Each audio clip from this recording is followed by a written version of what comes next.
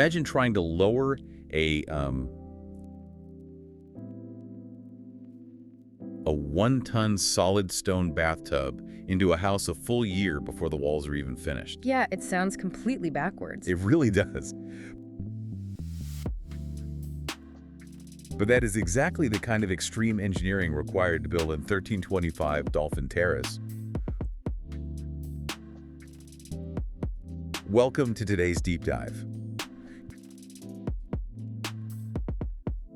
Using a stack of real estate listings and architectural magazines, our mission is to uncover how this roughly $19 million bluff-top estate in Corona del Mar, California, serves as an absolute masterclass in environmental coexistence. Right. And evolving design. Right. It's a completely fascinating property to look at. Okay, let's unpack this. We're talking about a 6,000 square foot property with sweeping, unobstructed views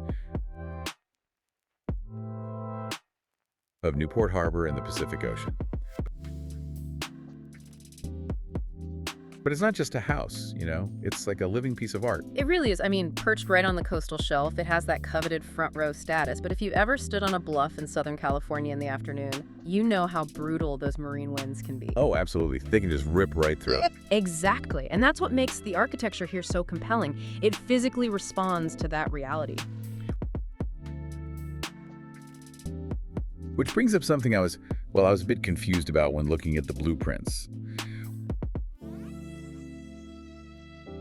When I first saw the home's distinct L-shaped layout, I assumed it was purely an aesthetic choice, like just a sleek, modern way to frame the space.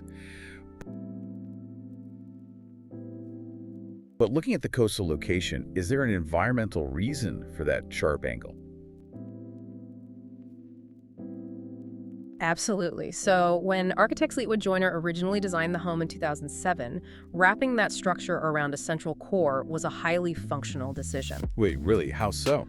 Well, by turning its back to the harshest wind patterns, the house physically blocks those gusts. It creates this warm, calm, and usable microclimate right in the middle of the property.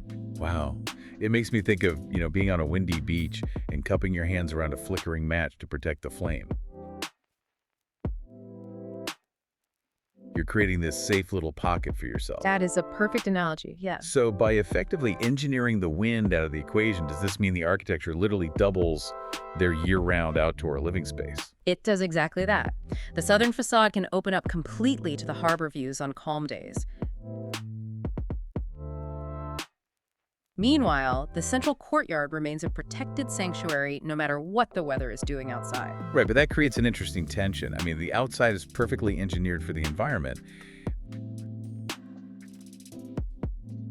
But what happens when the interior fights those natural surroundings? Yeah, that happens a lot in these older luxury builds. Because 10 years after it was built, the inside needed a major update to actually harmonize with the outside. Right, so in 2017, we entered the era of the dramatic edit.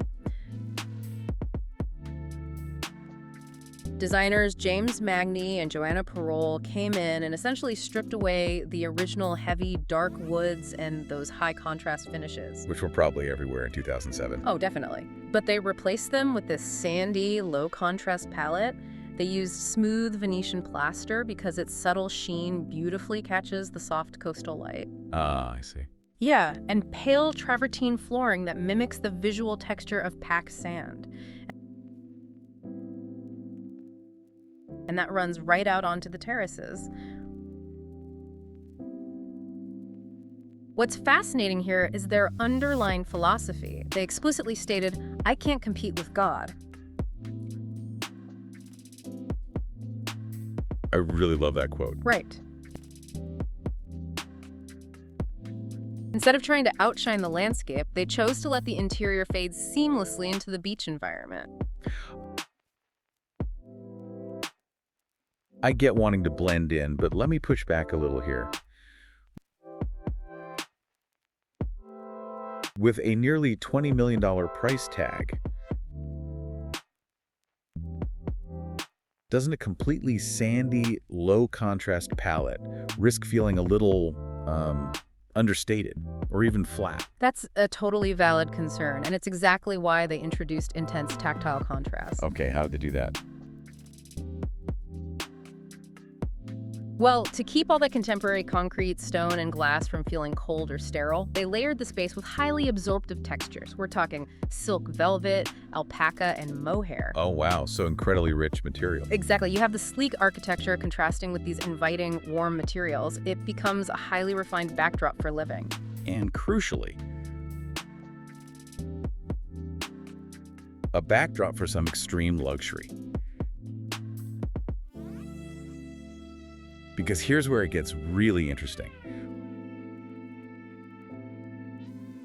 We talked about that 1-ton solid stone tub in the primary bath earlier. Yes, the sheer mass of that piece required staggering structural engineering just to reinforce the floors. And they literally had to drop it in via crane during the initial framing, right? Right. It requires an incredible amount of foresight. I mean, you can't just slide a 1-ton stone block through a finished door frame. No, obviously not. And we see that same meticulous engineering applied to the art in the courtyard. They installed a digital artwork by Jennifer Steinkamp called Bouquet. It basically projects digital flowers drifting in the breeze. But wait, how do you project that without, like, a clunky projector hanging from the ceiling and ruining the whole aesthetic? Exactly the problem they had to solve. To make the illusion work, they engineered a precise 6 by 6-inch window directly into the exterior wall. It was made just for the projector's lens to fire through from a completely hidden room. That is wild. It's a flawless blending of technology, art, and architecture, and this level of execution connects directly to its financial reality. The current owners bought it for $10.9 million back in 2016. Today, estimates place its value up to $19.6 million. That premium front row status certainly helps. Plus the fact that it has a 0 out of 10 risk for both flood and fire, which is super rare. It's just an incredible evolution overall. It really is a masterpiece. And for you listening, it really makes you look around your own space. Does your home fight your local environment, or does it embrace it? That's the real takeaway here, and it certainly raises an important question about the future of design.